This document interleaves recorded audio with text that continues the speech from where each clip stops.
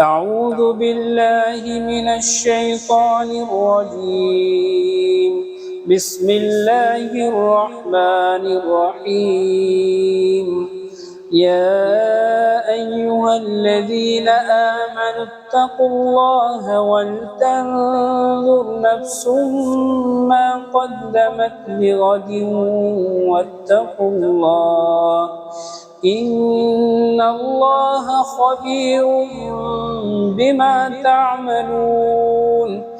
ولا تكونوا كالذين نسوا الله فأنساهم أنفسهم أولئك هم الفاسقون.